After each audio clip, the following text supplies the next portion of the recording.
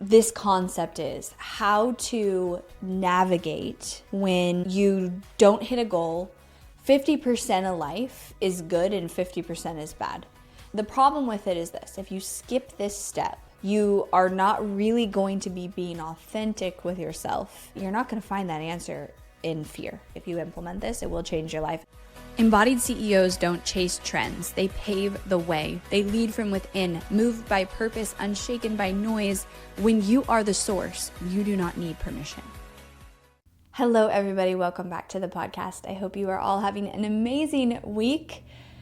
I'm excited about today's topic. It has come up several times in my recent coaching calls with my mastermind group, and it's something that I think has made a huge difference for me in the last year, especially being a personality type that is a high performer, driven, and easily able to tell myself this is how it's going to be, and you're going to meet this deadline, you're going to do this thing. So it might be a quick episode, but I think it'll give you something to think about in a different way than we normally are taught and that we normally think about it. So essentially, this concept is how to navigate when you don't hit a goal, when you don't, achieve something that you set out to, when you are disappointed, when you are frustrated, when you are feeling anything but happy, excited, and momentum inspired. And I was reminded of this saying. I think it's Brooke Castillo from the Life Coach School who talked about this concept. I don't know if it's originally hers, but I love it, which is 50% of life is good and 50% is bad. Now, I don't love the terms good and bad necessarily, but aside from that, 50% of life is the happy, inspired, excited, positive emotions, and 50% is the frustrated, discouraged, rejected, all of those ones that we don't want to feel. And that's true for everybody, regardless of your success level. I think some people get out of balance in terms of maybe sometimes they feel 80% of the negative emotions, 20% good. Regardless, no matter what you do in life, you're going to have the 50% on either side. Again, seasons you might have different. What that does, though, is it shifts the perspective from, which I think a lot of people have, which is everything's supposed to be good all the time. I'm supposed to feel happy. I'm supposed to feel inspired. I'm supposed to feel in love. I'm supposed to feel all these positive emotions all the time. And when I don't, then something's wrong. When we look at it and say life is just life, and we are going to have situations where we feel frustrated, we feel discouraged, we feel angry, we feel all these things. Okay, so note that. Now, when that happens, here's something I notice, and here's something that I used to do and still catch myself doing. Because those states of being are not enjoyable. And if you are a high performer, especially, you are used to saying, we can't feel that way because we have a goal to meet. And so we're going to resist that, and we're going to force ourselves to focus on the good. And this is where toxic positivity comes in. And in one way, it can feel like, oh, that's a productive thing to tell myself, it's fine that I didn't meet that goal, or I didn't hit that number, or we didn't complete that project on time, or whatever. And let me just focus on the good. The problem with it is this: if you skip this step, you are not really going to be being authentic with yourself in going where you want to go and showing up how you want to show up. And that step is acceptance.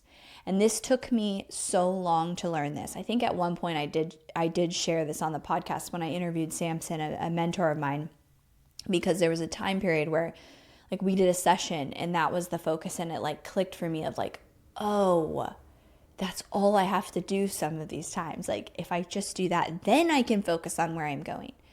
So let me bring this to a real example. I had two different coaching scenarios where one, the entrepreneur didn't hit a goal. They didn't launch something in the time that they wanted to launch it. It took longer. They didn't have the support on their team, and they had this expectation. They were set for themselves that they were going to do this on this date and time, and they didn't. And so they felt the the shame and the disappointment in themselves, and they're not good enough, and they felt all these emotions. The other one hit or had a launch that made sales, but not quite where she wanted it. And it was causing pressure for her. It was causing stress. It's causing pressure.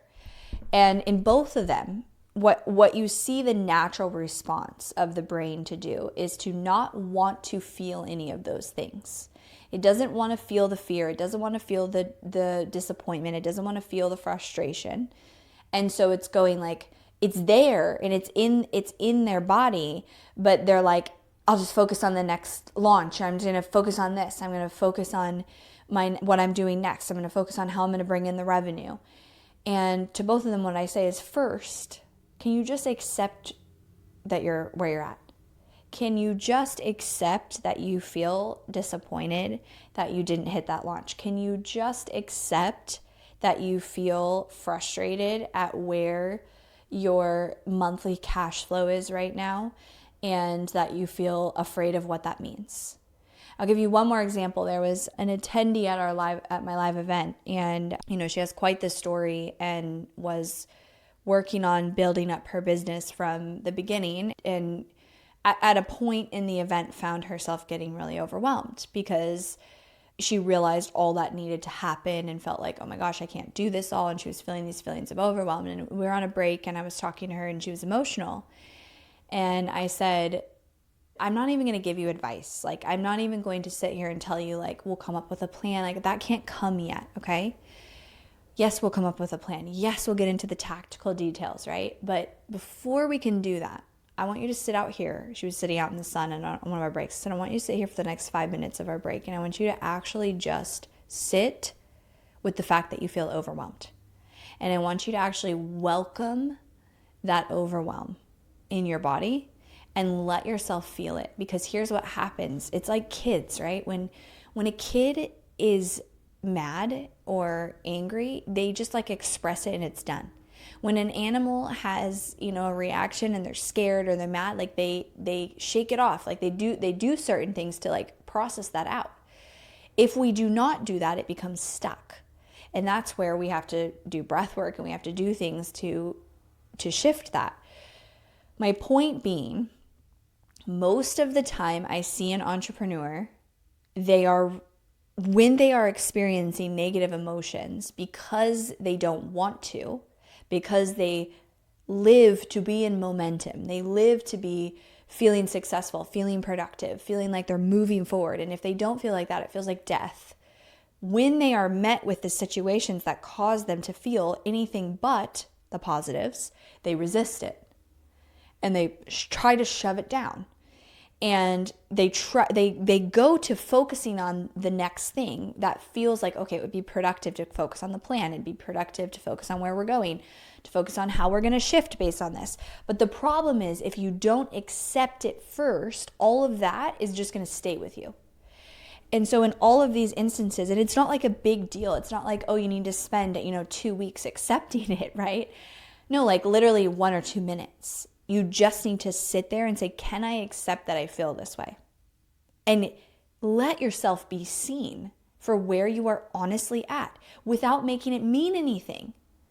Because the reality is, when you feel something, it's just a feeling. It has no meaning to it unless you give it meaning. And those feelings are true, or they are real, but the meaning that you make behind it, the stories that you make behind it is not true. So you can say, I feel disappointed. Like let's use this example of the client who was stressed about cash, because I think that's a very common thing that all of us entrepreneurs have, right? And she was going to like, this is where my brain is going. Do I need to get a job? Am I cut out for this business? Like all these thoughts, right? None of those are true. None of those are reality. And what is reality, though, what is true inside of her is, I feel scared. I feel frustrated. Can you be with that and actually allow yourself to be seen in that just for a moment and just accept it? Because the moment you do, it's like setting down the swords of you trying to fight it and be like, well, I don't want to feel this way. And then you can go, okay, from that place of now I fully see myself. Now I'm not in this chaotic fight or flight state. Where are we going? And what is true? And, she said to me, like, sometimes I don't know, like, should I go get consulting jobs? Like, maybe I shouldn't have a business. And she's saying all these things. And I said, the reality is only you know the answer to that. I can't give you the answer to that. You know the answer to that. But you're not going to find that answer in fear. You've got to accept where you're at. Trust that you're going to always be okay. And then move forward. So I do this a lot with myself now. I just had an example yesterday. I had a more like personal situation that triggered me. It triggered actually like feelings of shame in me. And I was like 5 minutes from having to get in like 2.5 hours of meetings. And so obviously I couldn't process in that moment. But I noticed it come up. I noticed myself feel these feelings and like want to really just like cry for a minute. And so I literally said to myself, I was like, I think I even said it out loud. I was like at the computer, okay, you're going to get on these meetings. You have coaching call, you have team meetings, you've got 2.5 hours of meetings, and then you're going to feel this. So I did. I got on the calls. I was fine. Great, but I wasn't like avoiding. I guess you could say compartmentalized it for a second. Had to because of my day. And then I got in my car and drove, and I sat in my car for 10 minutes before I went in the gym. And I guess did like a small meditation, but really was just letting myself feel. And I even wrote in my notes app, here's how I feel. And I just wrote it out, processed it enough, like allowed myself to see myself, went into the gym, did my workout, and I feel neutral to it now. But the old me would have tried to logically talk myself out of why I shouldn't feel that way. You know what I mean? When you feel one of these negative emotions, like especially shame. I mean, shame is one of the worst feelings. And you logically are trying to tell yourself why you shouldn't feel that way. At least I do this, of like, I feel this way, but here's why you shouldn't, because here's the good things, here's the bad things, here's the truth, here's where you're going to defend yourself. You know what I'm saying? Like you have these emotions and then your brain's like, let me tell you how you should really feel. And your body's like, but we feel this way. So my point being, the next time something comes up in your business, in your life, I want you to practice giving yourself a moment. Like I'm not kidding, it's minutes. It is so short. Of saying, can I welcome and can I accept and be with whatever it is? And then actually just be with it for a period of time. And then once you do that, you can ask yourself, okay, now how do I want to show up? How do I want to move forward? What are the decisions I need to make? And your brain can then come in and make those decisions. But you have to give yourself space for that acceptance. And this is such a key strategy because I feel that especially high performers, we are really good at overriding this. Really good at saying, oh, no, we're not going to feel, disappointed or scared here. We're going to just ignore that. We're going to put blinders onto that. And we're going to focus on the good. And we're going to focus on where we're going. And the thing is that only will work for so long. And so I learned this and it was like, it's such a powerful thing. And it's even something that I do with my kids. Because for whatever reason, it is so unnatural for us to just actually accept negative emotions or accept, negative emotions. Like we run from them. And what would it be like if we were just like, oh, this is just the human experience. It's 50% positive, 50% negative, regardless of your status, regardless of what you do, regardless of your life. And so there's nothing wrong when I feel overwhelmed, defeated, shamed, scared, whatever. It's just the human experience. Can I just allow myself to feel that? Now, again, though, allowing yourself to feel it doesn't mean buying the thoughts and buying the beliefs that are behind it. Those are the things that are not true. Those are the things that once you have awareness, you can choose a different reality. This example of this client who was saying, should I get a job? And what does this mean? And all of those things. What was true for her was the feelings of fear, the feelings of disappointment, the feelings of inadequacy. What was not true was the meaning she put behind that. I love the saying, it is, period. It is. And that I am feeling this, and that's all it means. Like, there's no meaning about the future or the past or who I am or how I can show up or what I'm capable of. It is. That's it. And that's where you got to catch yourself. Because if you're not careful, what will happen is emotions are what dictate everything. It's feelings, beliefs, thoughts, and then your actions. So when you feel these emotions, if you're not aware of them, if you don't allow yourself to have that awareness and have that moment of just like seeing them for what they are, they will dictate the beliefs, they will dictate the thoughts that you have, and those dictate your actions. And before you know it, all of that's happening subconsciously from a state of fear, from a state of shame, from a state of inadequacy, and driving you playing small, deciding you can't do something or you're not good enough without you even realizing it. And now it's running your reality. But before you can choose the beliefs and the thoughts you want, which is what a lot of people I think also skip over, is they're like, I create my reality, I can choose the beliefs and the thoughts that I want and, become this person. But they're like running from this entire side of themselves that they feel, and eventually it catches up. When you feel resistance, it is an invitation to pause. And I use resistance now as such a feedback for myself. When I feel resistance in my personal life, when I feel resistance to going to do something, when I feel resistance to a business decision, I pause and I sit there and I ask myself, like, what is here for me? What is the lesson? What is the message?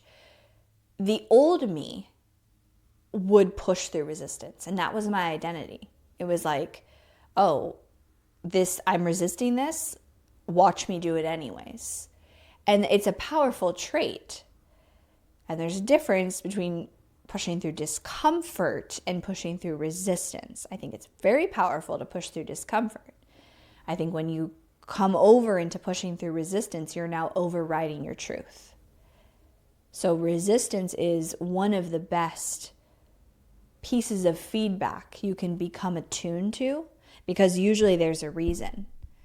And it can be small. Like sometimes I'm like, oh, I'll give you an example. I didn't do my CrossFit competition. I had to drop out of it, and I wanted to still do something that weekend because my friend was supposed to come with me and stay the night. It was a traveling competition, and so we had this plan, and I was like, let's still do something. But there was resistance to me like doing 2 nights and figuring out what it was, and I couldn't make a decision. And so I actually just sat with like, what's the resistance and what do I actually want? And then got clear on the fact that I wanted to work all day Friday and get a day back of work. I wanted to be with my kids Friday night. I wanted to do something with her Saturday. So anyways, it's a small thing, but if I would have just kind of like gone with whatever and ignored the resistance, I would have ended up in a weekend not doing what I wanted to do, not doing what was aligned for me. And this comes up all the time in the business. Like, we're rolling out new things, and if I feel a little bit of resistance to it, instead of just ignoring it or overriding it, I'm like, why is it there? There's something always there within the resistance, but you've got to accept the resistance first. You have to acknowledge it and accept it before you can see what it has to teach you. So acceptance is that first piece that so many of you, and including myself, try to run from. Because our brain does not want to experience the negative emotions. So think about this the next time you have something in your life where you're feeling one of those negative emotions. And it is such a small shift. It's like just a tiny shift that shifts the entire trajectory. Can you just accept where you're at for a moment? And you will see that by just doing that, most of it dissolves. And doing it without judgment and without the meanings, become the observer and watch yourself try to make meaning. Watch yourself have the thoughts, but don't make them reality because they're not reality. Just become the observer, accept where you're at. And this will change your life. Like, seriously, if you implement this, it will change your life, especially if you're built like me. Where again, like the old me, I would just plow right through it. Be like, oh, you feel this? We're doing it anyways. Like, that was my identity. And again, like when you do that, you are missing out actually on truth and potential that's right there for you. All right, everybody. Short episode today, but I thought this would be a little helpful tip because entrepreneurs, we run into these things all the time and we can't run from them. All right, I'll talk to y'all next week.